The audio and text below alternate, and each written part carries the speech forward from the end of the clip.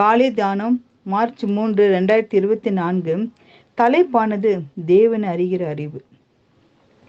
இயேசு கிறிஸ்துவின் கிருபையிலும் அவரை அறிகிற அறிவிலும் வளருங்கள். 2 பேதுரு 3ஆம் அதிகாரம் 18ஆம் வசனம். மருத்துவ உலகில் பெரும் புரட்சிகரமான ஒரு கண்டுபிடிப்பு குளோரோஃபார்ம். இது ஒரு மயக்க மருந்தாகும். அறுவை சிகிச்சைக்குட்படும் நோயாளிகளுக்கு இந்த மயக்க மருந்தை ஏறினால் வலி, வேதனை ஒன்றும் தெரியாது. இது ஒரு பெரிய கண்டுபிடிப்பாகும். இதனை கண்டுபிடித்தவர் தான் டாக்டர் ஜேம்ஸ். இந்த வெற்றிகரமான அறுவை சிகிச்சைகளுக்கு காரணம் இவரே. ஒரு நாள் எடின்போ பல்கலைக்கழகத்தில் இவர் உரையாற்றி கொண்டிருந்தார். அப்பொழுது ஒரு மனிதர் அவரிடம் வந்து, உமது கண்டுபிடிப்புகளை நீர் பெருமைப்படுத்துவது எது என்று கேட்டார். அந்த காலத்தில் அவருடைய பல கண்டுபிடிப்புகளில் குளோரோஃபார்ம் மட்டுமே அவருக்கு பெரும் புகழை தேடி தந்திருந்தது. அதனை அவர் வாயிலிருந்து சொல்ல வைக்கவோ அம்மனிதர் அந்த கேள்வியை கேட்டார்.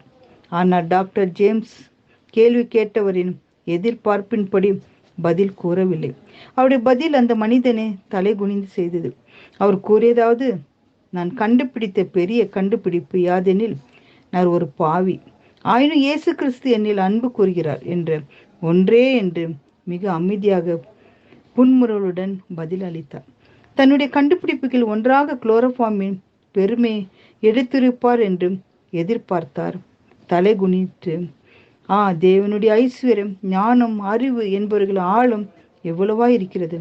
அவருடைய நியாயத்தீர்ப்புகள் அளவிடப்படாதவைகள், அவருடைய வழிகள் ஆராய முடியாதவைகள். கர்த்தருடைய சிந்தையும் அறிந்தவர் யார்? அவருக்கு ஆலோசனைக்காரராய் இருந்தவர் யார்? ஆம் பிரியமானவர்களே, மனித வாழ்வில் நம்முடைய சாதனையும் மிகப்பெரிய சாதனை. தேவன் நம் வாழ்வில் காட்டுகிற அன்பையும் நம்முடைய நிலை என்ன என்பதையும் கண்டுபிடிப்பதே நம் நிலையாக இருந்தால் வேண்டும். ஒவ்வொரு நாளிலும் நம்முடைய அன்றாட வேலைகளில் மத்தியிலும் தேவனுடைய அன்பை, நம்முடைய நிலைமையை புரிந்து தேவனை பற்றி கொண்டு நித்திய ஜீவன் அடைய வேண்டும் என்று சுதந்திரிக்க கொள்ள வேண்டும் என்று முயல்வோம். தேவன் நமக்கு உதவி செய்வாராக.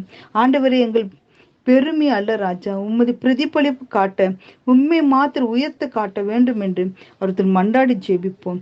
என் அன்பாய் நேசிக்கிற நல்ல தகப்பனே ராஜா, எங்களுடைய பெருமை எங்களுக்கு வேண்டாம் அப்பா. கர்த்தா, எங்களுக்கு தாழ்மை குணத்தை தாரும் அப்பா. பெருமையோடு வாழக்கூடாது அப்பா. தாழ்மையோடு வாழுகிற பிள்ளைகளாக காணப்பட வேண்டும் அப்பா. பாதையில் வரும்போது தாழ்மையுள்ள பிள்ளைகளாக கண்டு பாதையில் நெருங்கி ஜீவிக்கும்படி எங்களுக்கு கிருபை செய்வீரப்பா. அப்படிப்பட்ட தாழ்மை குணத்தை தந்து எங்களை வழி நடத்த வேண்டும் என்று மன்றாடி ஜெபிக்கிறோம் பிதாவே. ஆமேன்.